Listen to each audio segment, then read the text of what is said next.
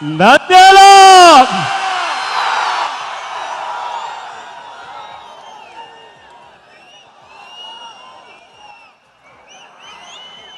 ఇవాళ నంద్యాల పట్టణం,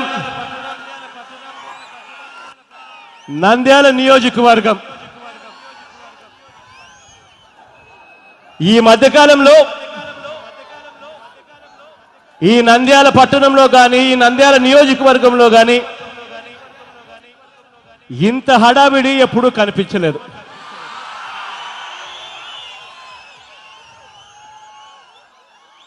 చంద్రబాబు నాయుడు గారి మొత్తం క్యాబినెట్ అంతా కూడా నంద్యాల నడి రోడ్డు మీదే కనిపిస్తా ఉంది.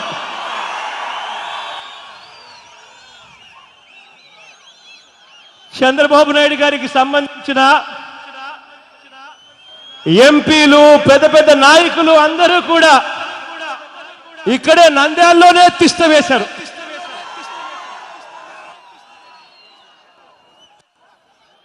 చివరకు చంద్రబాబు నాయుడు గారు, ఆయన కొడుకు ఇద్దరూ కూడా నంద్యాల రోడ్ల మీదనే తిరుగుతా ఉన్నారు.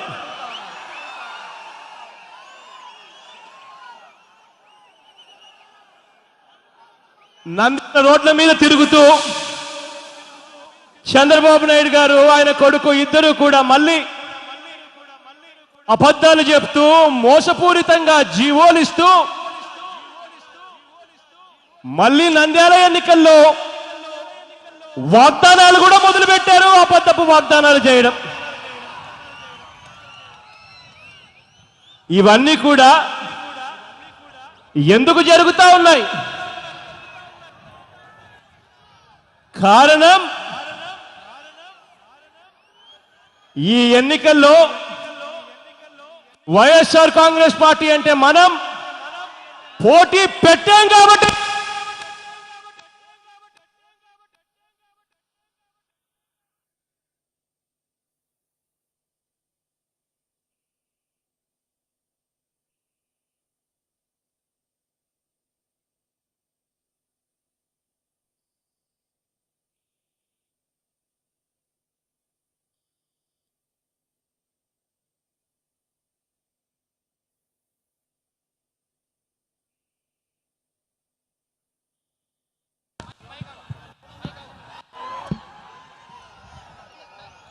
కుట్రలు కుయుక్తులు ఎక్కువయ్యాయి.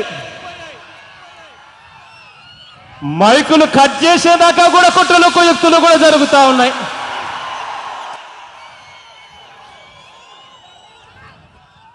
మనం పోటీ పెట్టాం కాబట్టి, మనం పోటీలో ఉన్నాము కాబట్టి ఇవాళ చంద్రబాబు నాయుడు గారు, వాళ్ళ మొత్తం క్యాబినెట్, చంద్రబాబు నాయుడు గారి కొడుకు అందరూ కూడా నడి రోడ్డు మీద కనిపిస్తా ఉన్నారు నంద్యాలలో. ఇదే మనం నంద్యాల ఎన్నిక ఏకగ్రీవం అని ఉంటే, ఇదే నంద్యాల ఎన్నిక మనం ఏకగ్రీవం అని ఉంటే చంద్రబాబు నాయుడు గారు నంద్యాలకు కనీసం ₹1 అన్నా కానీ విధించేవాడా అని అడుగుతా ఉన్నా నేను.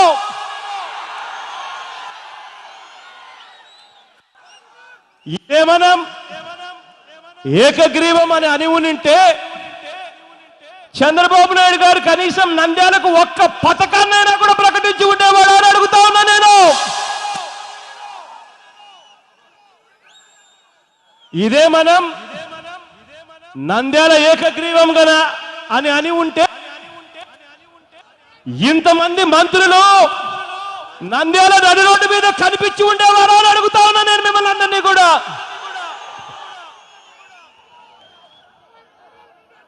అందరికీ కూడా తెలుసు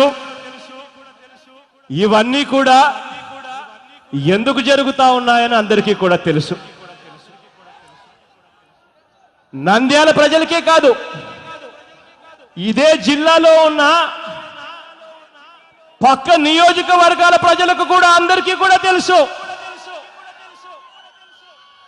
ఎవరైతే ఎమ్మెల్యేలు చంద్రబాబు నాయుడు గారికి అమ్ముడుపోయారో, ఎవరైతే ఎమ్మెల్యేలను చంద్రబాబు నాయుడు గారు కొన్నారో, ఆ నియోజకవర్గానికి సంబంధించిన ప్రజలకు కూడా తెలుసు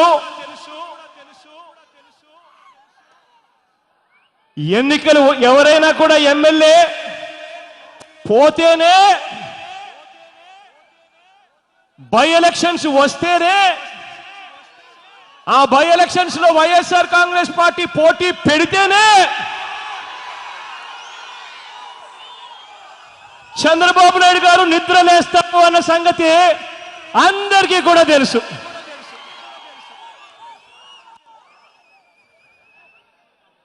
ఇవాళ నంద్యాలలో జరుగుతూ ఉన్నది ఉప ఎన్నిక మాత్రమే కాదు.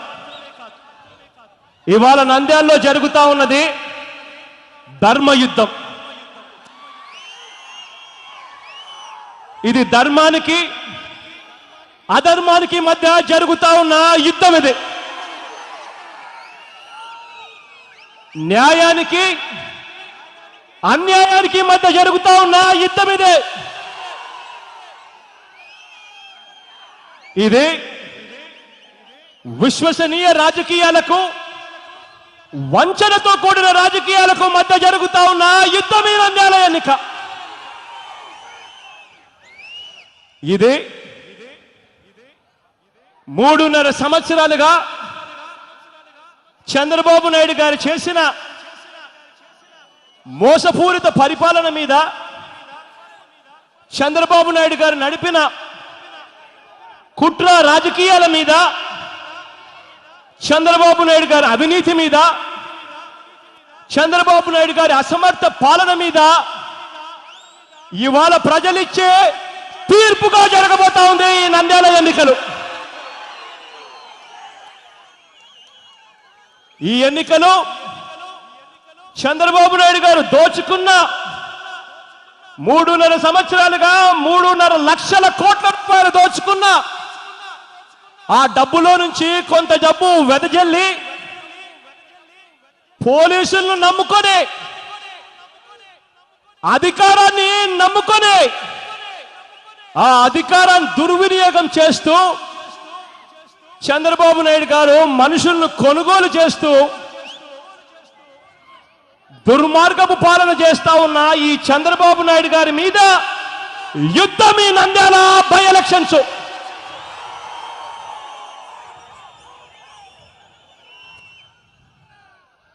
రెండు 2019లో జరగబోయే కురుక్షేత్ర మహాసంగ్రామానికి నాందే నంద్యాలే.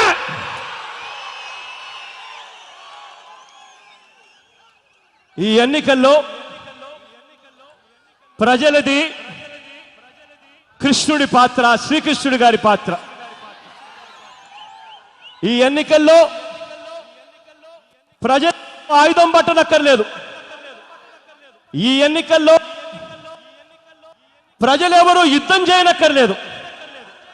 ఈ ఎన్నికల్లో ప్రజలు వారి చూపుడు వేలుతో ఈవీఎం అనే బటన్ నొక్కుతూ, ఈవీఎం అనే విష్ణు చక్రాన్ని తిప్పుతూ చంద్రబాబు నాయుడు గారి కౌరవ సామ్రాజ్యాన్ని కూకటి వేలతో సహా ప్రకటించి వేయాలి.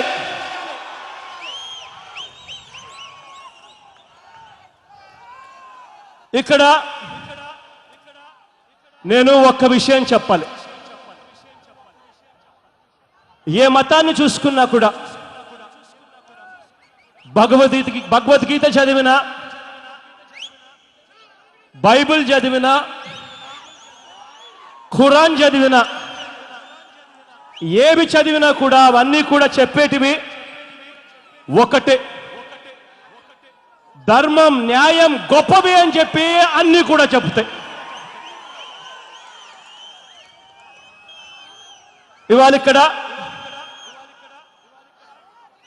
ఖురాన్ నుంచి ఒక విషయం చెప్తారు. మహమ్మద్ ప్రవక్త గారి మీద తనను హత్య చేసేందుకు కుట్రదారులందరూ కూడా ఒకచోట ఏకమవుతారు. సత్య సందేశాన్ని సహించలేని వీరంతా కూడా మహమ్మద్ ప్రవక్త గారిని హత్య చేసేందుకు వీళ్ళంతా కూడా వాళ్ళ పార్లమెంట్ లాంటి దారున్ నాద్వాలో సమావేశమవుతారు.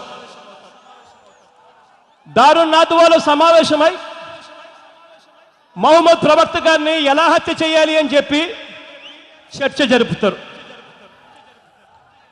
కుట్రదారులు, అన్యాయస్తులు అందరూ కూడా ఆ దారున్ నాద్వాలో సమావేశమైనప్పుడు అక్కడ 2-3 ప్రతిపాదనలు పెడతారు. 2-3 ప్రతిపాదనలు పెట్టిన తర్వాత చివరగా అక్కడ అబూ జహల్ అనే ఒక కుట్రదారుడు ఒక ప్రతిపాదన చేస్తాడు. ఆ ప్రతిపాదన కుట్రదారులకు అందరికీ నచ్చుతుంది.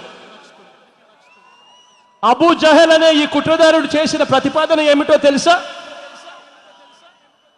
ఈ అబూ జహల్ అనే ఆయన కుట్రదారుడు ప్రతిపాదన చేస్తూ తానంటాడు, అన్ని తెగల నుంచి ఒక్కో గొప్ప వంశీయుడిని, అంటే ఆ ప్రాంతంలో పలుకుబడి ఉన్న కుటుంబం నుంచి ఒక యువకుణ్ణి ఎంపిక చేసి ఆ కుటుంబ సభ్యులందరికీ కూడా కత్తులిచ్చి వాళ్ళందరూ కూడా మహమ్మద్ ప్రవక్త గారి మీద ఒక్కసారిగా దాడి చేస్తే అప్పుడు నేరం అందరి మీద పడుతుంది. కాబట్టి అప్పుడు అబ్దే మునాఫ్ తెగ, అంటే మహమ్మద్ ప్రవక్త గారి తెగ మిగతా అన్ని తెగలతో కూడా పోరాటం చేయలేదు. కాబట్టి హత్య చేసిన తర్వాత మహా అయితే పరిహారం ఇవ్వమని చెప్పి అంటారు. పరిహారం ఇచ్చేస్తే సరిపోతుంది అని చెప్పి అబూ జహల్ అనే కుట్రదారుడు ప్రతిపాదిస్తాడు. ఈ ప్రతిపాదన కుట్రదారులందరికీ కూడా నచ్చుతుంది. నచ్చిన తర్వాత ఆ ప్రాంతంలో పలుకుబడి ఉన్న ఆ కుటుంబాల నుంచి ఒక్కో యువకుడిని ఎంపిక చేసి వాళ్ళందరికీ కత్తులిచ్చి వాళ్ళంతా కూడా మహమ్మద్ ప్రవక్త గారిని హత్య చేసేందుకు మహమ్మద్ ప్రవక్త గారి ఇంటిని చుట్టుముడతారు. మహమ్మద్ ప్రవక్త గారికి ఈ విషయం ముందుగానే తెలిసిపోతుంది. దైవదూత జబ్రీల్ ద్వారా ఈ విషయాన్ని తెలుసుకుంటాడు మహమ్మద్ ప్రవక్త గారు. తెలుసుకున్న తర్వాత ఆయన చిరునవ్వుతో నవ్వుతూ గుప్పుడు ఇసుక తీసుకుని ఆ ఇసుకను చిరునవ్వుతో నవ్వుకుంటూ హత్య చేయడానికి వచ్చిన కుట్రదారుల నెత్తులు తల మీద చల్లుకుంటూ చిరునవ్వుతో నడుచుకుంటూ వెళ్ళిపోతాడు. హత్య చేయడానికి వచ్చిన వారంతా కూడా ఎవరు కూడా ఏమీ చేయలేకపోతారు. కారణం, దొంగ దెబ్బ తీసేవాడు, వెన్నుపోటు పొడిచేవాడు ధర్మం ముందర తల వంచక తప్పదు. కాబట్టి ఎందుకంటే సత్యం ముందు అసత్యం, ధర్మం ముందు అధర్మం అణిగిపోవాల్సిందే అని ఖురాన్ చెబుతుంది.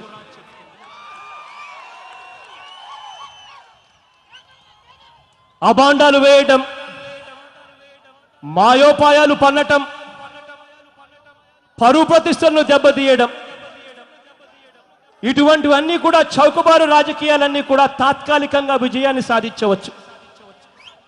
కానీ చివరకు మాత్రం సత్యవంతులదే విజయం అవుతుంది అని చెప్పి ఖురాన్ చెబుతుంది, ఇస్లాం చెబుతుంది, ఏ మతమైనా ఇదే చెబుతుంది. ఖురాన్ తీసుకున్నా ఇదే చెబుతుంది, భగవద్గీత చదివినా ఇదే చెబుతుంది, బైబిల్ చదివినా ఇదే చెబుతుంది. ఏ మతమైనా కూడా తప్పును తప్పే అంటుంది, ఏ మతమైనా దొంగను దొంగే అంటుంది, ఏ మతమైనా కూడా మోసాన్ని మోసమే అని చెబుతుంది. సీతమ్మ వారిని దొంగతనంగా ఎత్తుకుపోయిన రావణాసుని మనమంతా కూడా రాక్షసుడు అంటాం. మన పొలంలో పండిన పంటను లేదా మన ఇంట్లో పెట్టిన మన ఆస్తిని, మన బంగారాన్ని, మన డబ్బును ఎవరైనా ఎత్తుకొని పోతే వారిని దొంగ అంటాం. మన పిల్లల్ని ఎవరైనా కూడా ఎత్తుకొని పోయి వాళ్ళను బిచ్చగాళ్ళగా మారిస్తే వాళ్ళను బూచాడంటాం. మరి వైఎస్ఆర్ కాంగ్రెస్ పార్టీ తరపున ఎమ్మెల్యేలుగా గెలిచి అమ్ముడు పోయిన వారిని ఏమంటాం?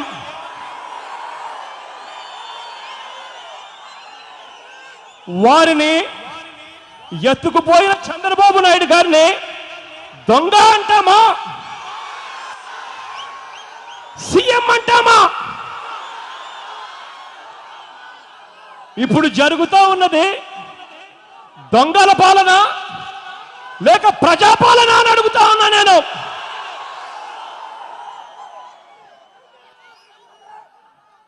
సొంత పార్టీనే చీల్చి, సొంత పార్టీ అధ్యక్షుడిని, సొంత మామనే ఎన్టీ రామారావు గారిని వెన్నుపోటు పొడిచి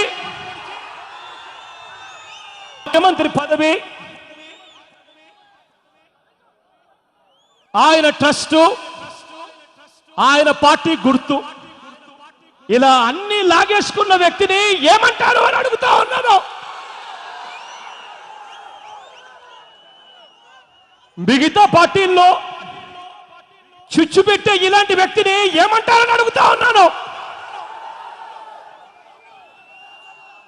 ఎన్నికల్లో వాడుకొని ఆ తర్వాత ప్రజలను వెన్నుపోటు పొడిచే ఇలాంటి వ్యక్తిని ఏమంటారని అడుగుతా ఉన్నాను.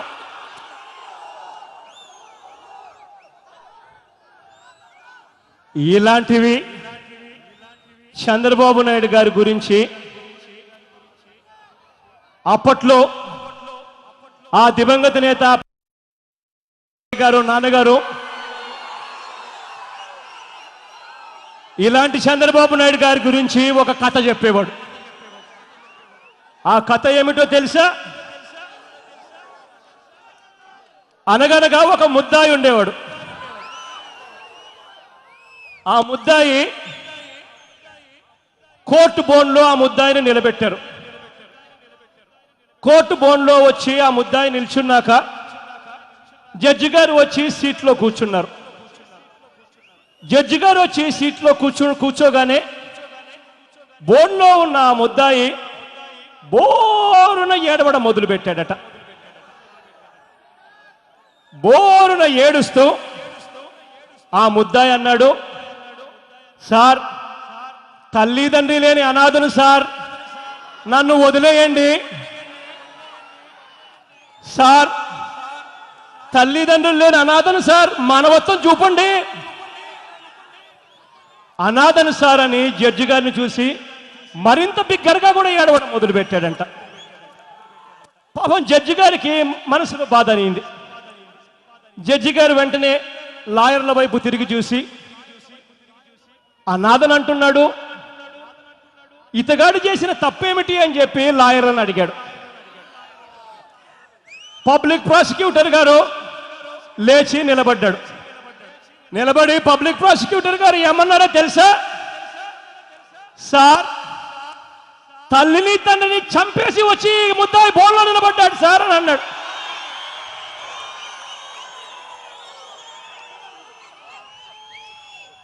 ఇది చంద్రబాబు నాయుడు గారి నైజం. సొంత మామ ఎన్టీ రామారావు గారిని వెన్నుపోటు పొడి చేస్తాడు, చంపేస్తాడు. ఆ తర్వాత మళ్ళా ఎన్నికలు వచ్చినప్పుడు అదే సొంత మామ ఎన్టీ రామారావు గారి ఫోటోను బయటికి తీస్తాడు. తీసి అదే ఫోటోకు దండలేస్తాడు. దండలేసి మళ్ళా ఎన్నికలకు పోతాడు. చంద్రబాబు నాయుడు గారి నైజం గురించి 3.5 సంవత్సరాలుగా మైనారిటీలకు వెన్నుపోటు పొడుస్తాడు. కానీ ఎన్నికలు వచ్చేసరికి మైనారిటీల మీద విపరీతమైన కపట ప్రేమ చూపిస్తాడు. ఇది బాబు గారి నైజం. 3.5 సంవత్సరాలుగా రుణమాఫీ చేయకుండా రైతులకు వెన్నుపోటు పొడుస్తాడు. కానీ ఎన్నికలు వచ్చేసరికి మళ్ళీ అదే రైతుల మీద లేని ప్రేమను నటిస్తూ డ్రామాలు చేస్తాడు. ఇది బాబు గారి నైజం. 3.5 సంవత్సరాలుగా పొదుపు సంఘాల అక్క చెల్లెమ్మల రుణాలను మాఫీ చేయకుండా ఆ అక్క చెల్లెమ్మలను వెన్నుపోటు పొడుస్తాడు. కానీ ఎన్నికలు వచ్చేసరికి అక్క చెల్లెమ్మలను మోసం చేయడానికి మరో వంచనతో మరో స్కీమ్తో రెడీగా ఉంటాడు చంద్రబాబు నాయుడు గారు. ఇది బాబు గారి నైజం. 3.5 ఏళ్లగా కాపులను కాపు కులస్తులను వెన్నుపోటు పొడుస్తాడు. కానీ నంద్యాల ఎన్నికలు వచ్చేసరికి పవన్ కళ్యాణ్ గారిని పిలిపించుకుంటాడు. ఇది బాబు గారి నైజం. 3.5 ఏళ్లగా పిల్లల్ని నిరుద్యోగుల్ని సైతం వదిలిపెట్టకుండా, చిన్నపిల్లలను సైతం కూడా వదిలిపెట్టకుండా అందరినీ కూడా వెన్నుపోటు పొడి చేస్తాడు. కానీ ఎన్నికలు వచ్చేసరికి ఇదిగో బృది అంటాడు, అదిగో ఉద్యోగం అంటాడు అంటూ మళ్ళీ కొత్త డ్రామాలతో మళ్ళీ తెరపైకి వస్తాడు చంద్రబాబు నాయుడు గారు. ఇది బాబు గారి నైజం. 3.5 సంవత్సరాలుగా ఏది వదలకుండా ఇసుక నుంచి రాజధాని భూములు దాకా చేయని అవినీతి ఉండదు. విపరీతమైన అవినీతి చేస్తాడు. కానీ ఎన్నికలు వచ్చేసరికి నా అంత నిప్పు ఎవడు ఉన్నాడు అని చెప్పి పోజులు కొడతాడు. ఇది బాబు గారి నైజం. 3.5 ఏళ్లుగా గవర్నమెంట్ ఉద్యోగులకు డిఏలు కూడా సరిగ్గా ఇవ్వడు. 3.5 ఏళ్లుగా కాంట్రాక్ట్ అవుట్సోర్సింగ్ ఉద్యోగులను ఎన్నికలకు ముందు క్రమబద్ధీకరిస్తానని అన్నాడు, క్రమబద్ధీకరించడు. 3.5 ఏళ్లుగా గవర్నమెంట్ ఉద్యోగస్తుల పెన్షన్ సమస్యలను తీర్చడు. చివరకు 60 ఏళ్లకు రిటైర్మెంట్ వయసును పెంచేస్తూ ఆ తర్వాత అదే గవర్నమెంట్ ఉద్యోగులను 50 ఏళ్లకే రిటైర్ అయ్యేట్టుగా జీవోలు ఇష్యూ చేసే కార్యక్రమాలు ఒకవైపున చేస్తాడు. వెన్నుపోటు పొడిచేందుకు సర్వం సిద్ధం చేసుకుంటాడు. కానీ ఎన్నికలు వచ్చేసరికి అబ్బెబ్బే అదేమీ లేదు అని చెప్పి మరో అబద్ధాలాడతాడు. ఇది బాబు గారి నైజం. చివరకు తల్లి తండ్రిని చంపేసి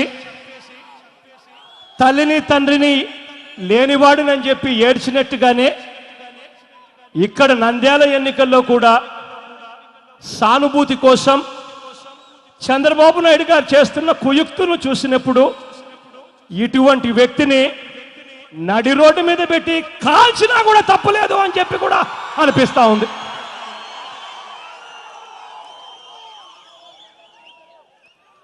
ఇప్పుడు నంద్యాల ప్రజలంతా కూడా ఆ జడ్జి స్థానంలో ఉన్నారు. చంద్రబాబు నాయుడు గారు లాంటి అన్యాయస్తునికి ఏ శిక్ష విధిస్తారో మీరే నిర్ణయించండి అని చెప్పి అడుగుతా ఉన్నా.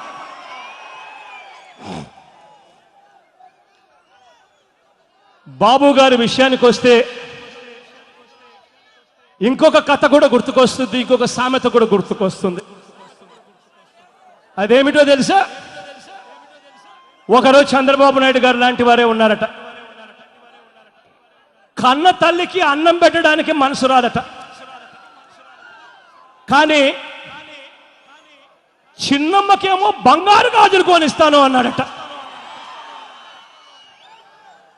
కరెక్ట్గా చంద్రబాబు నాయుడు గారు లాంటి తన సొంత కుప్పం నియోజకవర్గానికి, తన సొంత నియోజకవర్గం కుప్పంకు ఏ మేలు చెయ్యని ఈ వ్యక్తి ఉప ఎన్నికలకు వచ్చేసరికి నంద్యాలకు మాత్రం అది చేసేస్తాను ఇది చేసేస్తాను అని చంద్రబాబు నాయుడు గారు చెప్తా ఉంటే నిజంగా ఇదే సామెతే గుర్తుకొస్తుంది. జీవితంలో ఒక్క అబద్ధం కూడా చెప్పని వాడిని సత్యహరిశ్చంద్రుడు అంటాం. జీవితంలో ఒక్క నిజం కూడా చెప్పని వాడిని నారా చంద్రబాబు నాయుడు అని చెప్పి అంటాం.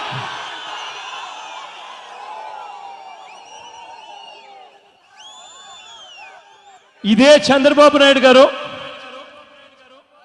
కర్నూలులోనే చంద్రబాబు నాయుడు గారు కర్నూలులో 2014 ఆగస్టు 15న అంటే ఇవాళ నుంచి 3 సంవత్సరాల కిందట కర్నూలులో స్వాతంత్ర దినోత్సవం సందర్భంగా కర్నూలుకు వచ్చాడు. ముఖ్యమంత్రి హోదాగా కర్నూలుకు వచ్చాడు. ముఖ్యమంత్రి హోదాగా కర్నూలుకు వచ్చి జాతీయ జెండా సాక్షిగా, మహాత్మా గాంధీ సాక్షిగా, కర్నూలు ప్రజల సాక్షిగా ఇదే చంద్రబాబు నాయుడు గారు హామీలు ఇచ్చాడు.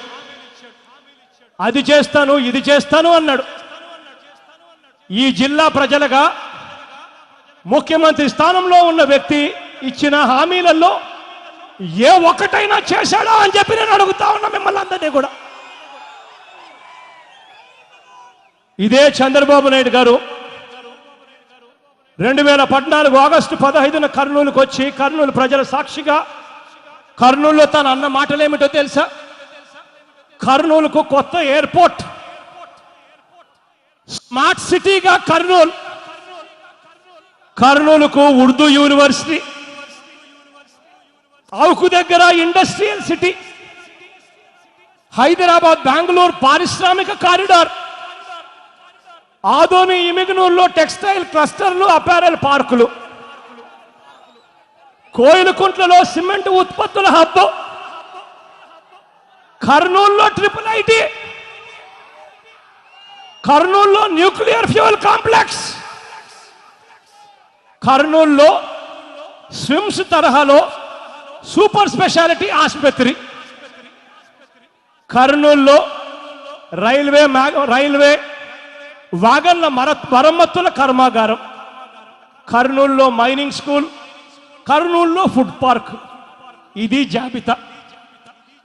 చంద్రబాబు నాయుడు గారు ముఖ్యమంత్రి హోదాలో వచ్చి ముఖ్యమంత్రిగా కర్నూలుకు వచ్చి ప్రజలందరి ముందర నిలబడి చెప్పిన వాగ్దానాలు ఇవి. 3 సంవత్సరాలు అయిపోయింది. ఒక్కటంటే ఒకటైనా చేశాడా అని అడుగుతా ఉన్నాను. 2 చేతుల పైకెత్తి ఇలా ఇలా ఇలా ఇలా ఇలా ఇలా ఇలా ఇలా.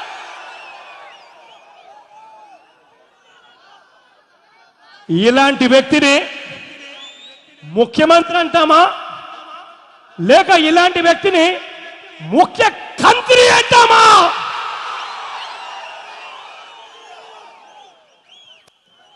చంద్రబాబు నాయుడు గారి పాలనలో మాట తప్పి మోసం చేస్తే కేసులుండవు. కానీ చంద్రబాబు నాయుడు గారి పాలనలో మాట మీద నిలబడండి అని చంద్రబాబు నాయుడు గారు నిలదీస్తే కేసుల మీద కేసులు పెడతారు. చంద్రబాబు నాయుడు గారి మాటలు నమ్మి చంద్రబాబు నాయుడు గారు మేనిఫెస్టోలో ఏదైతే పెట్టాడో అది చేయండి అని కాపులు 3.5 సంవత్సరాలుగా పోరాటం చేస్తూ చంద్రబాబు నాయుడు గారిని అడిగితే చంద్రబాబు నాయుడు గారు నిలదీస్తూ కాపులు కంచాలు భోగిస్తే కేసులున్నాయి.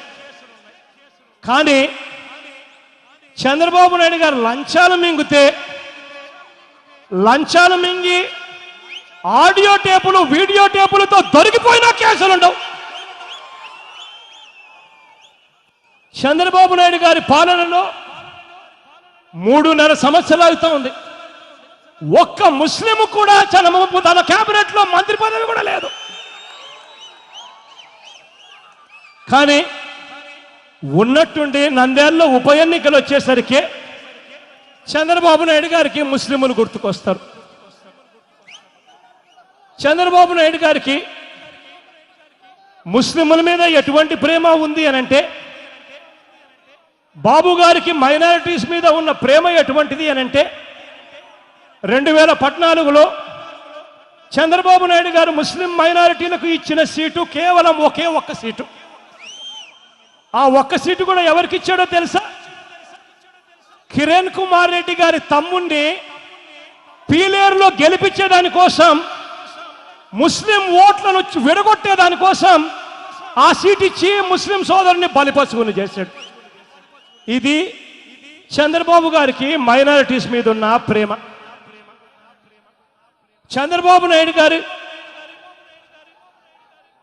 ఎమ్మెల్యేగా అబ్దుల్ గని, తెలుగుదేశం పార్టీలో అబ్దుల్ గని హిందూపురానికి సంబంధించిన ఎమ్మెల్యేగా పనిచేశాడు. అబ్దుల్ గని ఎమ్మెల్యేగా పనిచేసిన ఆ హిందూపురం సీటును లాగేసుకొని తన బావమరిది బాలకృష్ణకి ఇచ్చేస్తాడు. ఇచ్చేసిన తర్వాత ఆ అబ్దుల్ గని గారికి ఏమైనా చేశాడా అనంటే కనీసం అపాయింట్మెంట్ కూడా ఇవ్వకుండా కాలరిగేమైనా తిరుగుతా ఉన్నాడు అబ్దుల్ గని. ఇది బాబు గారికి మైనారిటీస్ మీద ఉన్న ప్రేమ. లాల్ జాన్ బాషా అని అందరం కూడా పేరేనే వినింటారు. గుంటూరు నుంచి పెద్ద మైనారిటీ కుటుంబం, పెద్ద ముస్లిం కుటుంబం. చంద్రబాబు నాయుడు గారికి జీవితకాలం చాకిరీ చేశారు. ఆ లాల్ జాన్ బాషా గారి కుటుంబాన్ని చంద్రబాబు నాయుడు గారు ఎంత గొప్పగా న్యాయం చేశారో మనం అంతా కూడా చూసాం. ఇది చంద్రబాబు నాయుడు గారికి మైనారిటీస్ మీద ఉన్న ప్రేమ. చంద్రబాబు నాయుడు గారి పాలన 3.5 సంవత్సరాలు దాటింది. చంద్రబాబు నాయుడు గారి క్యాబినెట్లో ఒక్కటంటే ఒక్కడు కూడా కనీసం మంత్రి పదవిలో కూడా లేడు ముస్లిం అనే వ్యక్తి. చివరకు ఉత్తరప్రదేశ్లో యోగి ఆదిత్యనాథ్ గారి క్యాబినెట్లో కూడా ఒక ముస్లిం మంత్రి పదవిలో కొనసాగుతా ఉన్నాడు. కానీ చంద్రబాబు నాయుడు గారి క్యాబినెట్లో మాత్రం ముస్లింలు మంత్రి పదవుల్లో ఉండరు. ఒక ముస్లిం మంత్రి పదవిలో లేకపోవడం అన్నది రాష్ట్ర చరిత్రలో ఎప్పుడూ కూడా జరగల. అది ఒక్క చంద్రబాబు నాయుడు గారి హయాంలో మాత్రమే ఇవాళ చూస్తా ఉన్నాం. ఇదే చంద్రబాబు నాయుడు గారు తన కొడుకును ఎమ్మెల్సీ చేసిన 3వ రోజుకే తనను మంత్రిమండలిలోకి తీసుకుంటాడు. కానీ ఇదే చంద్రబాబు నాయుడు గారి కొలువులో ఎమ్మెల్సీగా ఉన్న ముస్లింను మాత్రం మంత్రిని చేయాలన్న ఆలోచన చంద్రబాబు నాయుడు గారికి రాదు. ఇది చంద్రబాబు నాయుడు గారికి ముస్లింల మీద ఉన్న ప్రేమ. అంతెందుకు చంద్రబాబు నాయుడు గారికి ముస్లింల మీద ఎంత ప్రేమ ఉంది అని అంటే మన ఫరూక్ గారిని అడిగితే చెప్తారు.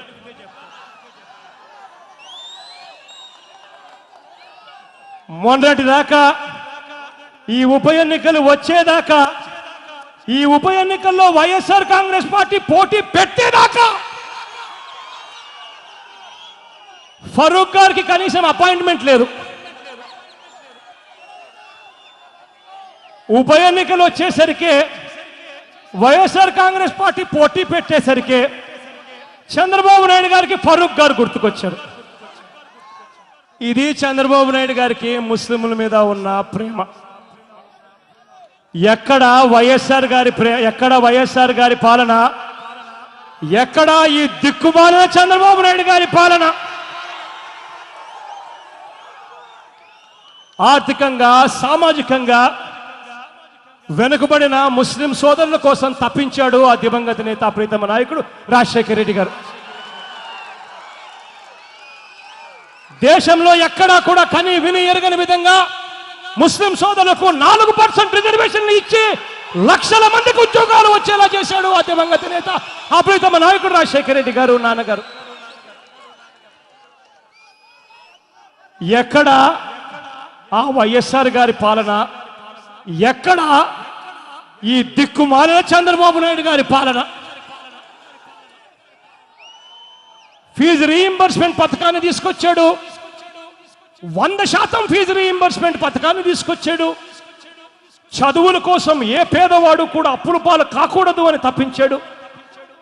ఇవాళ అదే ముస్లిం కుటుంబం నుంచి, ఇవాళ అదే పేదవాళ్ళ కుటుంబం నుంచి డాక్టర్లు చదివారు, ఇంజనీర్లు చదివారు, కలెక్టర్ల వంటి పెద్ద పెద్ద చదువులు చదివారు.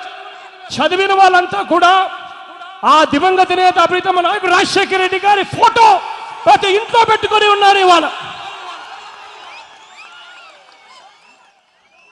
ఎక్కడ ఆ వైఎస్ఆర్ గారి పాలన, ఎక్కడ ఈ దిక్కుమాలిన చంద్రబాబు నాయుడు గారి పాలన.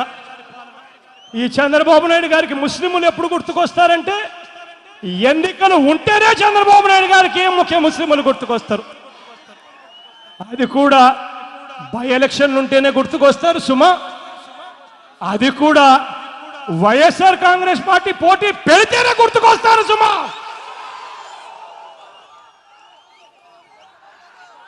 చంద్రబాబు నాయుడు గారు నంద్యాల రోడ్ల మీద కనిపిస్తే అడగండి, అయ్యా చంద్రబాబు నాయుడు గారు 2014లో ఎన్నికలకు ముందు ఏం చెప్పావు, 2014 ఎన్నికలప్పుడు మేనిఫెస్టోలో ఏం చెప్పావు, రాష్ట్రం మొత్తానికి ఇచ్చిన వాగ్దానాలకే దిక్కులేదు. ఇవాళ మొదటి సంతకం పేరుతో మొట్టమొదటి రోజు పెట్టిన పథకాలకే ఇవాళ దిక్కులేదు. కర్నూలులో ముఖ్యమంత్రి హోదాగా ఉండి కర్నూలుకు వచ్చి కర్నూలులో ఇచ్చిన వాగ్దానాలకే ఇవాళ దిక్కులేదు. అటువంటిది ఉప ఎన్నికలు వచ్చేసరికి నువ్వు నంద్యాలకు వచ్చి నంద్యాలకు ఏవేవో చేసేస్తాను అని అంటే నమ్మేవాడు ఎవడైనా ఉన్నాడా అని చెప్పి నేను అడుగుతా ఉన్నా.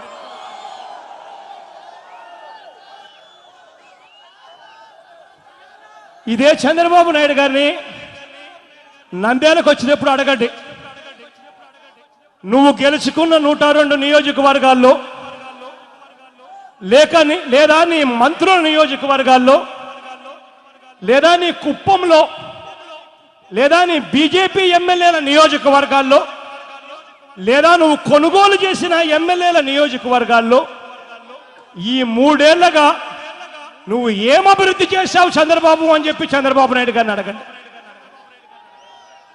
మీరు చంద్రబాబు నాయుడు గారిని ఈ మాదిరిగా అడిగితే చంద్రబాబు నాయుడు గారు ఏమంటారో తెలుసా? అందుకే కదా అబద్ధాల బ్యాచ్లు దింపేశాం నంద్యాలలో, అందుకే కదా ప్రతి వీధి సెంటర్లోనూ ప్రతి హోటల్లోనూ అబద్ధాలు పుట్టిస్తా ఉన్నాం, అందుకే కదా ఎస్ మోహన్ రెడ్డి గారి పేరుతో 10 నామినేషన్లు వేయించాం, అందుకే కదా మంత్రులను వీధి వీధి తిప్పుతా ఉన్నాం, లేనిది ఉన్నట్టుగా నమ్మించడం కోసమే కదా జీవోలు ఇస్తా ఉన్నామని చెప్పి చంద్రబాబు నాయుడు గారి చరిత్ర చెబుతుంది.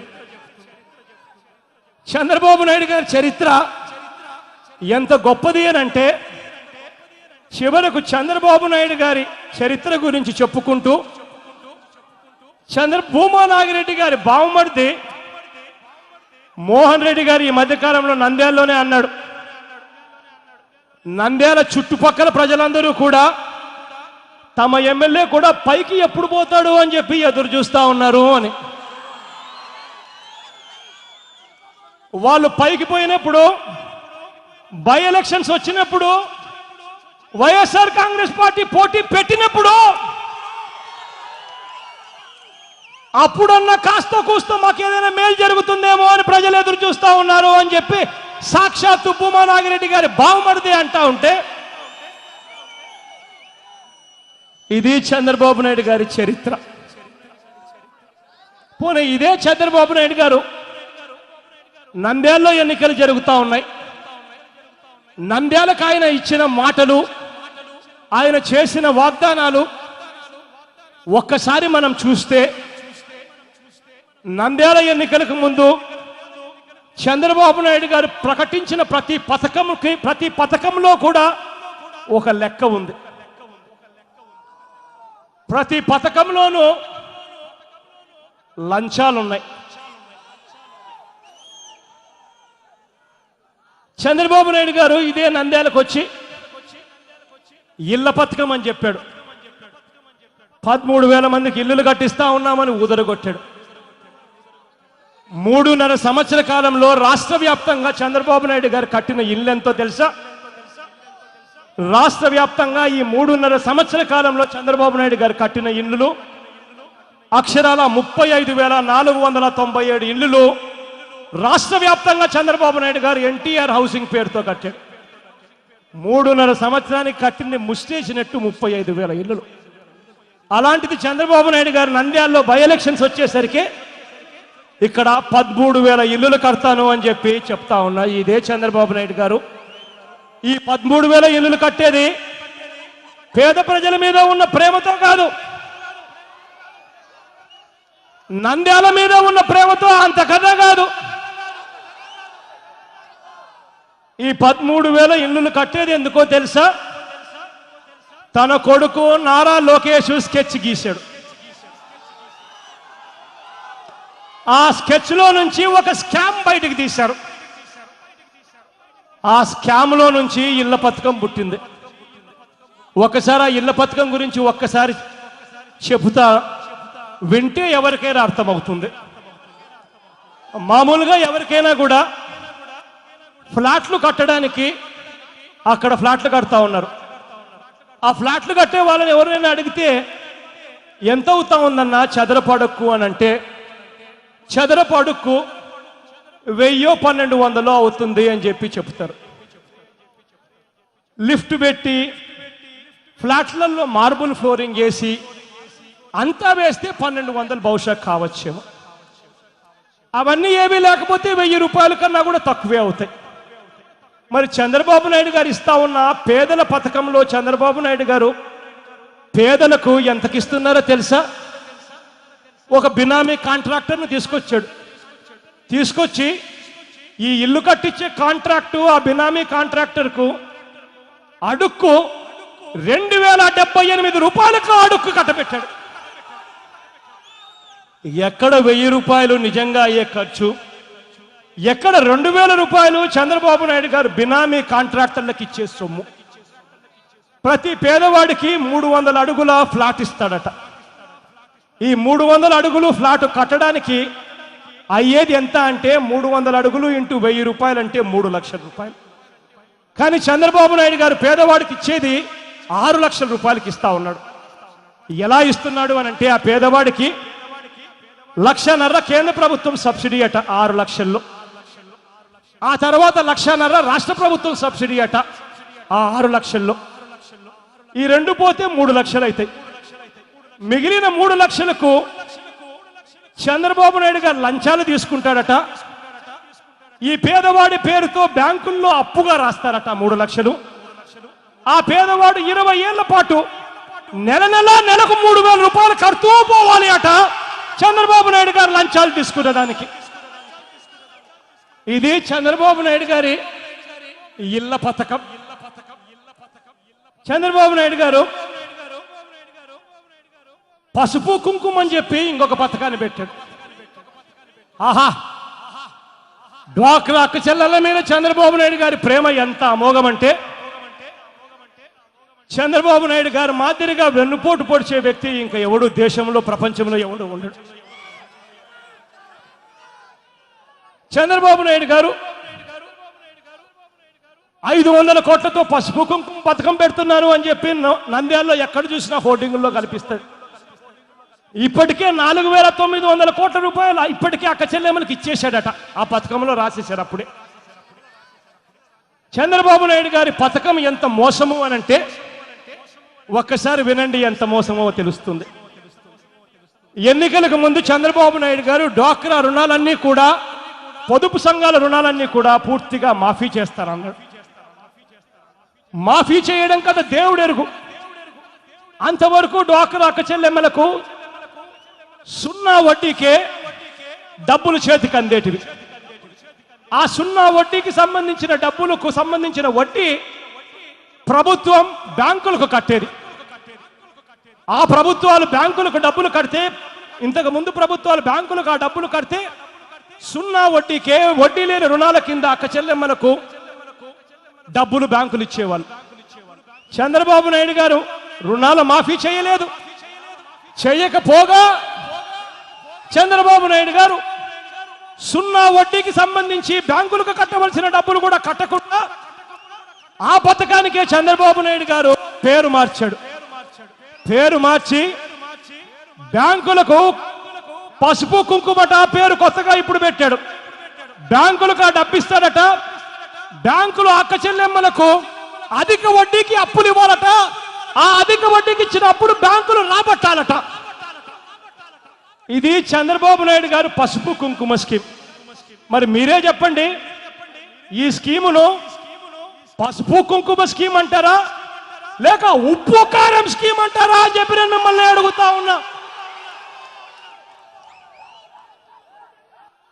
ఎడం చేత్తో మన జోబీలో ఉన్న సొత్తును దోచేస్తాడు, కుడి చేత్తో అదే పేరు మార్చి అప్పుగా ఇచ్చేసి అదేదో మీకు మేలు చేస్తా ఉన్నాడు అని పోజు కొడతాడు. ఇది చంద్రబాబు నాయుడు గారు నంద్యాలలో పెద్ద పెద్ద హోర్డింగులు పెట్టి పబ్లిసిటీ ఇస్తూ చెప్పుకుంటా ఉన్న పసుపు కుంకుమ స్కీమ్. ట్రాక్టర్ల స్కీమ్ అని చెప్పి నంద్యాలలో కొత్తగా ప్రవేశపెట్టాడు. కొంతమందికి తెలిసే ఉంటుంది, అదేం కర్మో తెలియదు కానీ కొన్ని ట్రాక్టర్ల కంపెనీలు మాత్రమే కొనాలి అట. స్వరాజ్, మాజ్దా, జాన్ డియర్ కంపెనీలు మాత్రమే కొనాలట. కారణం ఏమిటంటే ఆ కంపెనీల డీలర్లు చంద్రబాబు నాయుడు గారికి క్యాష్ మాట్లాడుకున్నారు. 1.5 లక్ష అంట సబ్సిడీ ఇచ్చేది. ఈ 1.5 లక్ష సబ్సిడీ ఈ డీలర్లు ఏం చేస్తున్నారు అంటే రేట్లు పెంచేస్తున్నారు, ట్రాక్టర్ల రేట్లు పెంచేస్తున్నారు. పెంచేసి కంపెనీ డీలర్లు కొంచెం తీసుకుంటున్నారు, ఆ 1.5 లక్ష సబ్సిడీని బాబుకు కొంచెం ఇస్తున్నారు, రైతులకు రవ్వంత ఇస్తా ఉన్నారు. ఇది ట్రాక్టర్ల స్కీమ్ చంద్రబాబు నాయుడు గారు పెట్టింది. ఇక రోడ్ల విషయం గురించి నేను చెప్పాల్సిన పనిలా, ఏ రోడ్డు వేస్తా ఉన్నా కూడా దాని కాంట్రాక్టర్ ఎవరు అని అంటే మీ మంత్రి అఖిల ప్రియమ్మనే కాంట్రాక్టరు.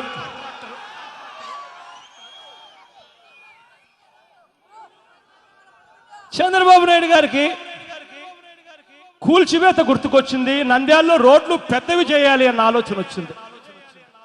బాధ ఎక్కడ అనిపిస్తుంది అని అంటే పెద్ద రోడ్లు కావాలని ఎవరైనా అనుకుంటారు, కానీ పెద్ద రోడ్లు చేసేటప్పుడు ఆ ప్రాంతంలో ఉన్న వాళ్ళను, ఆ రోడ్లు ఎక్కడైతే వేస్తా ఉన్నారో నష్టపోయే వాళ్ళందరినీ పిలవాలి, పిలిచి వాళ్ళతో సంప్రదింపులు జరపాలి. జరిపి ఇక్కడ మార్కెట్ రేట్ ఎంతుంది అని చెప్పి వాళ్ళ సమక్షంలోనే మేము మార్కెట్ రేట్ మీకు ఇస్తాము, సహకరించండి అని చెప్పి విజ్ఞప్తి చేయాలి. వాళ్ళందరితో ఈ మాదిరిగా చర్చలు జరిపిన తర్వాత చెయ్యాలి. కానీ చంద్రబాబు నాయుడు గారు 3.5 సంవత్సరం పట్టించుకోడు. ఉప ఎన్నికలు వచ్చేసరికి మాత్రం తానేదో చేస్తా ఉన్నాడు అని చెప్పి ప్రజలను మభ్యపెట్టాలన్న ఆలోచనతో షాపులు వాళ్లకు రాత్రికి రాత్రే బుల్డోజర్లను పెట్టి ఎవరితో ఏమి మాట్లాడకుండా చర్చించకుండా తన దగ్గర అధికారం ఉంది, పోలీసులు ఉన్నారని చెప్పి షాపులను ధ్వంసం చేసేసాడు. చంద్రబాబు నాయుడు గారు ఆ షాపులకు ఇస్తా ఉన్నది ఎంతో తెలుసా? గజానికి 18,000 రూపాయలు ఇస్తానన్నాడట. నిజంగా ఆ షాపులు ఉన్న ప్రాంతంలో నంద్యాలలో ఇవాళ అక్కడ సెంటు 50 లక్షలు పలుకుతా ఉంది, అంటే గజం 1,20,000 పలుకుతా ఉంది. అటువంటి చోట చంద్రబాబు నాయుడు గారు ఇచ్చేది ముష్టేసినట్టు 18,000 ఇస్తానంటున్నాడు. ఇంత అన్యాయమా అని చెప్పి ఆ షాపుల వాళ్ళు వెళ్ళి అడిగితే పోలీసులను చూశారు కదా, తాట వలుస్తారు అని చెప్పి చంద్రబాబు నాయుడు గారు భయపడిస్తాడు. నంద్యాలలో పెన్షన్లలో కూడా చంద్రబాబు నాయుడు గారు దారుణమే. ఆ దివంగత నేత ప్రీతమ నాయకుడు రాజశేఖర రెడ్డి గారు నాన్నగారు చనిపోయే నాటికి నంద్యాలలో పెన్షన్లు అక్షరాల 20,856 పెన్షన్లుంటే చంద్రబాబు నాయుడు గారు ముఖ్యమంత్రి అయిన తర్వాత ఈ 3 సంవత్సరాల కాలంలో ఆ పెన్షన్లు తగ్గిపోయి 15,605కు వచ్చాయి. వచ్చిన తర్వాత మళ్ళా నంద్యాలకు ఉప ఎన్నికలు అని చంద్రబాబు నాయుడు గారికి అర్థమైంది. భూమా నాగిరెడ్డి గారు చనిపోయారు, వైఎస్ఆర్ కాంగ్రెస్ పార్టీ పోటీ పెడతా ఉంది అని. ఉప ఎన్నికలు వచ్చిన వెంటనే పెన్షన్లు మళ్ళీ 15,000 నుంచి 22,000కు పోయాయి. ఎన్నికలు అయిపోయిన తర్వాత మళ్ళీ ఈ పెన్షన్లు ఏ స్థాయికి పడిపోతాయో కూడా తెలియవు.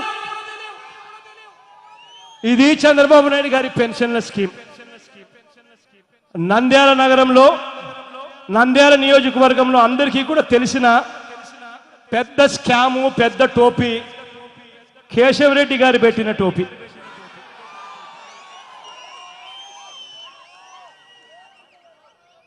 పిల్లల తల్లిదండ్రుల దగ్గర నుంచి ఒక్కొక్కరి దగ్గర నుంచి 1,00,000 నుంచి 3 లక్షల దాకా వసూలు చేశారు. వసూలు చేసిన ఈ డబ్బు దాదాపుగా 850 కోట్ల రూపాయలు. 850 కోట్ల రూపాయలు మాకు ఎన్నిక్కి ఇవ్వండి అని చెప్పి ఆ డిపాజిట్ దారులు, ఆ తల్లిదండ్రులు గట్టిగా ప్రభుత్వాన్ని ప్రశ్నిస్తూ ఉంటే ఆ కేశవరెడ్డి గారి వియంకుడు ఆదినారాయణ రెడ్డి గారిని చంద్రబాబు నాయుడు గారు తన బినామీగా, తన మంత్రి పదవులు తన బినామీగా తన క్యాబినెట్లో పెట్టుకుంటాడు. పెట్టుకొని ఈ కేశవరెడ్డి గారి ఆస్తుల నుంచి దాదాపుగా 250 కోట్ల రూపాయలకు సంబంధించిన ఆస్తులు పక్కకు తీసేస్తారు.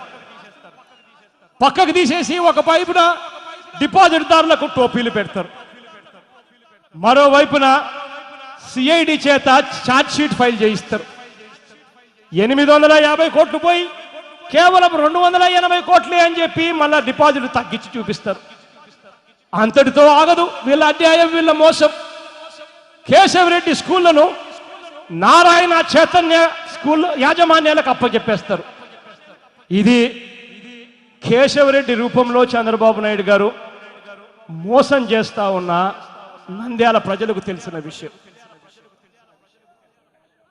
ఇదే నంద్యాలకు చంద్రబాబు నాయుడు గారు వచ్చినప్పుడు అడగండి, 3 ఏళ్లుగా మాకు ఏమిచ్చావు చంద్రబాబు నాయుడు గారు అని. ఏ రోజన్నా ఒక్కసారన్నా కూడా ఈ 3 ఏళ్లలో మా దగ్గరికి ఎప్పుడైనా వచ్చావా అని గట్టిగా చంద్రబాబు నాయుడు గారిని అడగండి. చంద్రబాబు నాయుడు గారికి కూడా తెలుసు తానేమీ చెయ్యలేదని. ప్రజల దగ్గరికి చంద్రబాబు నాయుడు గారు పోతే ప్రజలు చంద్రబాబు నాయుడు గారిని కొడతారు అనే సంగతి చంద్రబాబు నాయుడు గారికి తెలుసు. అందుకే చంద్రబాబు నాయుడు గారు కళ్ళు పెద్దవి చేస్తాడు, చేసి ప్రజల మీద పిచ్చి కోపం చూపిస్తాడు. చూపిస్తూ చంద్రబాబు నాయుడు గారు అంటారు, నా పెన్షన్లు తింటున్నారు, నేనిచ్చే రేషన్ తీసుకుంటున్నారు, మేము వేసిన రోడ్లపై తిరుగుతున్నారు, మేము వేసిన దీపాల కింద, వీధి దీపాల కింద నడుస్తూ ఉన్నారు, నాకు ఓటు వేయకపోతే ఎలా, లేదంటే పెన్షన్లు రేషన్లు తీసుకోవద్దు, నాకు వ్యతిరేకంగా ఉన్న గ్రామాలను పక్కన పెట్టవలసి వస్తుంది అని ముఖ్యమంత్రి స్థాయిలో ఉన్న వ్యక్తి ప్రజలను హెచ్చరిస్తా ఉన్నాడు. నిజంగా చంద్రబాబు నాయుడు గారిని ఒక్కటి చెప్పాలి ఇక్కడ, అయ్యా చంద్రబాబు గారు తప్పు చేస్తున్నావు చంద్రబాబు నాయుడు గారు అని చెప్పి చెప్తా ఉన్నా.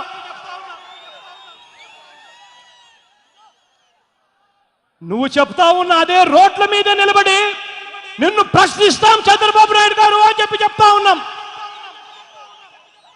నువ్వు చెప్తా ఉన్న అదే వీధి దీపాల మీద నిల్చొని, వీధి దీపాల కింద కూర్చొని నిన్ను నిలదీస్తాం చంద్రబాబు నాయుడు గారు అని చెప్పి గట్టిగా చెప్తా ఉన్నాం. నువ్వేదైనా ఇచ్చేదేదైనా నీ అత్తగారి సొత్తేమైనా ఇస్తా ఉన్నావా చంద్రబాబు నాయుడు గారు అని అడుగుతా ఉన్నాం.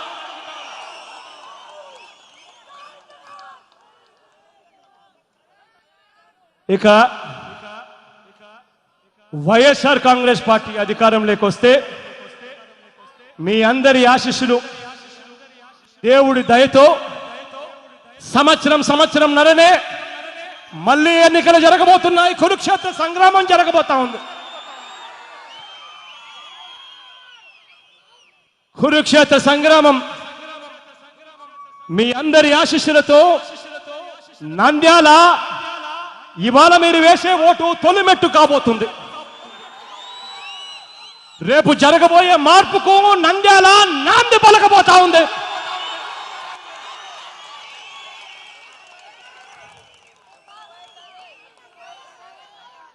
వైఎస్ఆర్ కాంగ్రెస్ పార్టీ అధికారంలోకి వచ్చిన వెంటనే నంద్యాలను అభివృద్ధి చేసే బాధ్యత పూర్తిగా నాకు వదిలేయండి అని చెప్పి మీ అందరికీ కూడా భరోసా ఇస్తా ఉన్నా.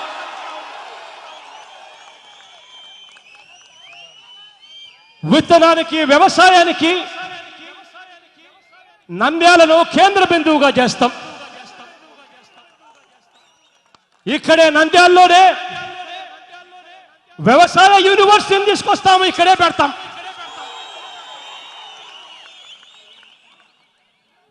నంద్యాలలో కుందు నది వల్ల నంద్యాల ఏ రకంగా బాధపడతా ఉందన్న సంగతి నాకు తెలుసు.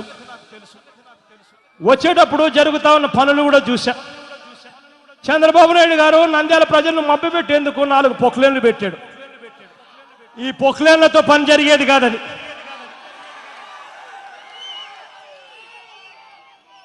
ఆ వర్క్ చేసే మంచితనం చంద్రబాబు నాయుడు గారిలో లేదు. నాకు వదిలేయండి, నేను చేపిస్తాను ఆ పని, అభివృద్ధి చేపిస్తాను అని అంటా ఉన్నా. నంద్యాలను మోడల్ టౌన్ గా చేస్తాను అని చెప్పి మీ అందరికీ కూడా మాటిస్తా ఉన్నా. ఎందుకు ఇంత గట్టిగా చెప్తున్నాను అని అంటే దానికి కారణం ఉంది. ఆ కారణం ఏమిటనంటే నవరత్నాల పథకాలను అనౌన్స్ చేశాం మన ప్లీనరీలో. ఆ నవరత్నాలు రేపొద్దున రాష్ట్ర చరిత్రను మార్చబోతాయి.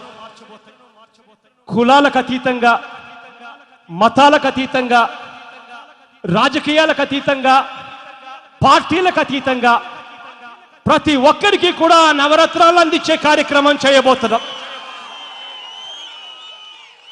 ఈ నవరత్నాలు ప్రతి కుటుంబానికి అందాలి అనంటే ఇప్పుడున్న వ్యవస్థలో మార్పు రావాలి.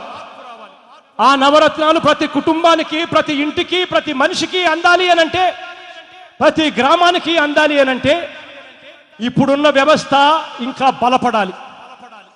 ఈ వ్యవస్థలను బలపరిచే దిశగా, నవరత్నాలను ప్రతి ఇంటికి చేర్చే దిశగా అడుగులు వేస్తూ ఇవాళ ఉన్న 13 జిల్లాలను అధికారంలోకి వచ్చిన వెంటనే ప్రతి పార్లమెంటును ఒక జిల్లాగా చేయబోతున్నాము అని చెప్పి చెప్తా ఉన్నా. నేను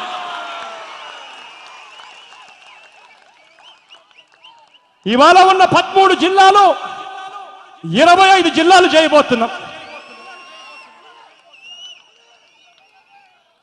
జిల్లా హెడ్ క్వార్టర్స్ గా నంద్యాల ఉంటుంది. నంద్యాల జిల్లాకు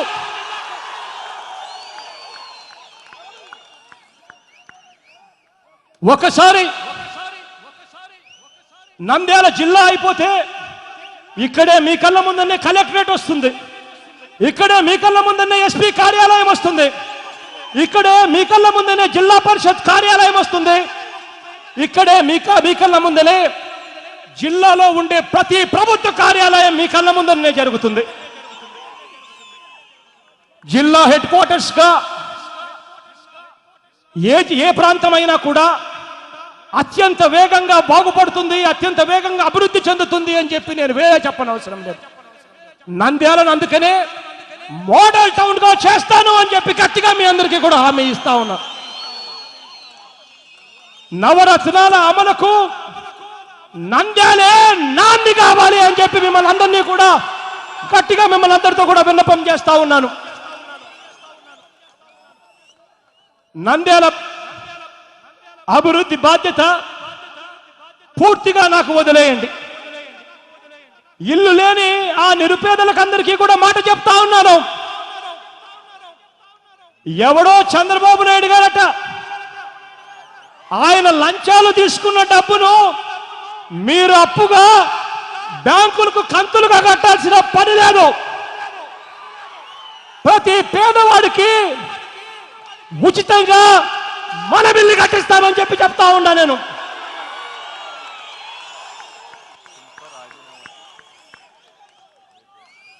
ఇల్లు కట్టివ్వడమే కాదు, రిజిస్ట్రేషన్ చేసిన పత్రాలను కూడా వాళ్ళ చేతికే ఇస్తాము అని చెప్పి కూడా చెప్తా ఉన్నా. నంద్యాల్లో రోడ్డు విస్తరణ పేరుతో ఏ సంప్రదింపులు లేకుండా, సరైన పరిహారం చెల్లించకుండా అన్యాయానికి గురైన వారందరికీ కూడా చెప్తా ఉన్నాను. ఈ వేదికపై నుంచి వాళ్ళందరికీ కూడా పూర్తిగా న్యాయం చేస్తామని చెప్పి గట్టిగా మీ అందరికీ కూడా చెప్తా ఉన్నాం.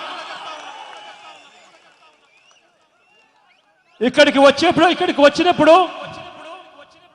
ఆర్యవైశ్య సోదరులందరూ కూడా అడిగారు, అన్నా మాలో కూడా పేదవాళ్ళు ఉన్నారు, ఆర్యవైశ్య కార్పొరేషన్ చంద్రబాబు నాయుడు గారిని ఎన్నిసార్లు అడిగినా కూడా పలకడం లేదు అని. ఆ ఆర్యవైశ్య సోదరులకు చెప్తా ఉన్నా, ఎవరి దగ్గరికి పోవాల్సిన పనుల, అధికారంలోకి మనం వస్తాం, దేవుడి దయ వల్ల, ప్రజలందరి ఆశీస్సుల వల్ల మన ప్రభుత్వం వస్తుంది. ఆ ఆర్యవైశ్య కార్పొరేషన్ స్థాపిస్తాము అని చెప్పి మీ అందరికీ కూడా భరోసా ఇస్తూ చెప్తా ఉన్నాను. ఇవాళ ఇక్కడికి వేదిక మీదకి వచ్చినప్పుడు మైనారిటీ సోదరులు అడిగారు, అన్నా అటువైపున ఫరూక్ ఉన్నాడు, మన వైపున మైనారిటీలకు ప్రాతినిధ్యం కల్పించాలన్నా నంద్యాల్లో అని అడిగారు. ఆ ప్రతి మైనారిటీ సోదరుడికి మాట చెప్తా ఉన్నా, 2019 కురుక్షేత్ర యుద్ధం, ఆ 2019 కన్నా ముందు 2018లో మనకు ఒకే ఒక్క ఎమ్మెల్సీ సీట్ వస్తుంది వైఎస్ఆర్ కాంగ్రెస్ పార్టీకి. ఆ ఒక్క ఎమ్మెల్సీ సీటులో నంద్యాల నుంచి ముస్లిం సోదరులకు ఇస్తాను అని చెప్పి మాట చెప్తా ఉన్నా.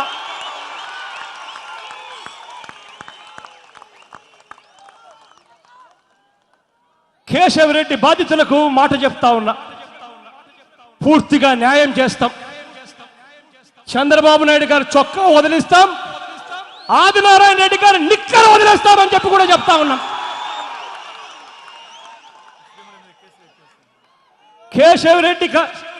కేశవరెడ్డి బాధితులందరికీ కూడా న్యాయం చేస్తాం.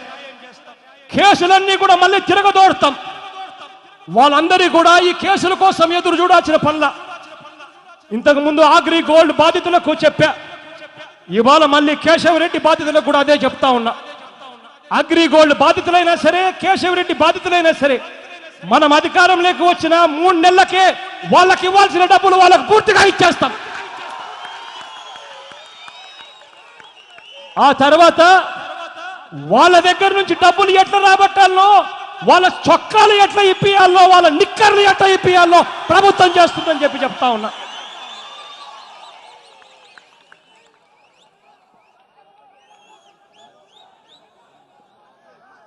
నంద్యాలలో మీరు ఇచ్చే ఆశీస్సులు రేపటి మన విజయానికి పునాదులు కావాలి. ఇక్కడికి వచ్చాక తెలుసుకున్న ఇంకొక విషయం, ఆ విషయం ఏమిటి అనంటే, కుతంత్రాలతో చంద్రబాబు నాయుడు గారికి సంబంధించిన మనుషులు ఇంటింటికి వెళ్ళి ప్రచారం చేస్తున్నారట. ఈ ఎన్నికల్లో వైఎస్ఆర్సీపీకి ఓటు వేసిన జగన్ ఇప్పుడే సీఎం కాదు కదా అని చెప్పి నేను ఒక్కటి చెప్తా ఉన్నాను. ఇక్కడ మీ అందరికీ కూడా ఒక్కటే విన్నవించుకుంటా ఉన్నా. ఇవాళ ఎన్నికలు జరుగుతూ ఉన్నవి.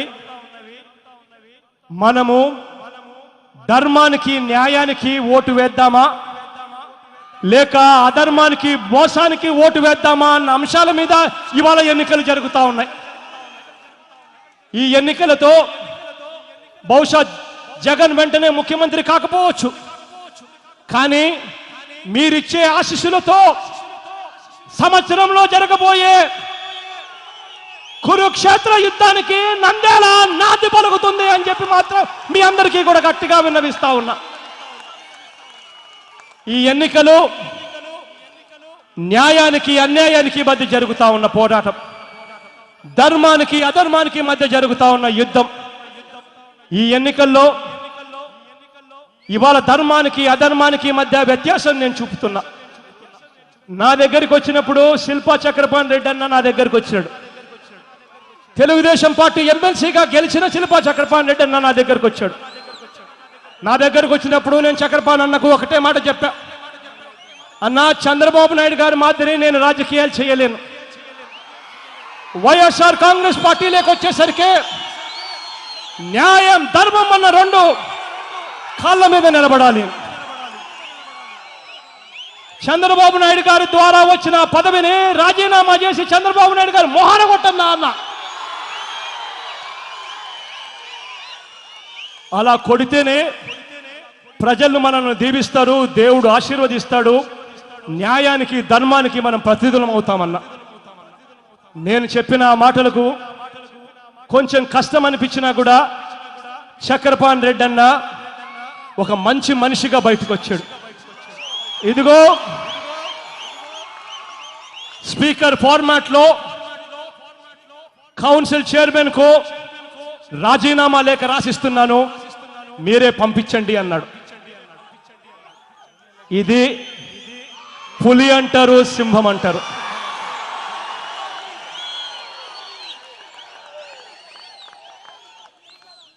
ఈ రాజీనామాలు జరిగేట్టుగా చేయడం అన్నది మంచి రాజకీయాలు అంటారు.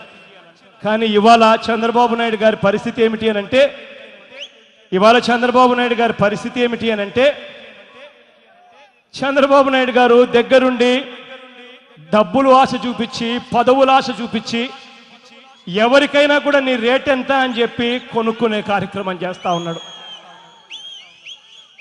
ఇటువంటి కలియుగ రాక్షసుణ్ణి హతమార్చేందుకు మీరంతా కూడా సవ్యసాచులు కావాలని చెప్పి ఇవాళ మిమ్మల్ని అందరినీ కూడా ఇవాళ విజ్ఞప్తి చేస్తా ఉన్నా. ఈ చెడిపోయున్న ఈ రాజకీయ వ్యవస్థను మార్పు రావాలి. ఈ చెడిపోయున్న ఈ రాజకీయ వ్యవస్థలో మార్పు తీసుకొచ్చేదానికి నంద్యాల ప్రజలు నాంది పలకాలి. ఇవాళ ఇక్కడ వంచనకు, విశ్వసనీయతకు జరుగుతున్న ఈ పోరాటంలో మన అభ్యర్థి శిల్పా మోహన్ రెడ్డి నన్ను